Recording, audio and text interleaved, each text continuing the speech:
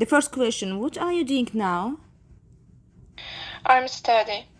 I am studying. I'm studying. Okay. What clothes are you wearing? Only answer my question with present continuous tense form, okay? Because you know nowadays present continuous justify, you only answer my question with present continuous tense form. Begin. Okay. What clothes are you wearing? I am wearing pajamas. Pajamas. Is it raining in Baku?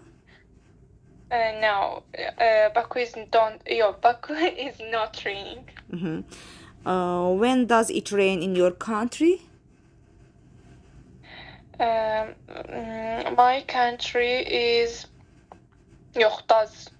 Burada does'dan veriyor. No. It rains. Cevap olarak it rains. Yağır. In my country.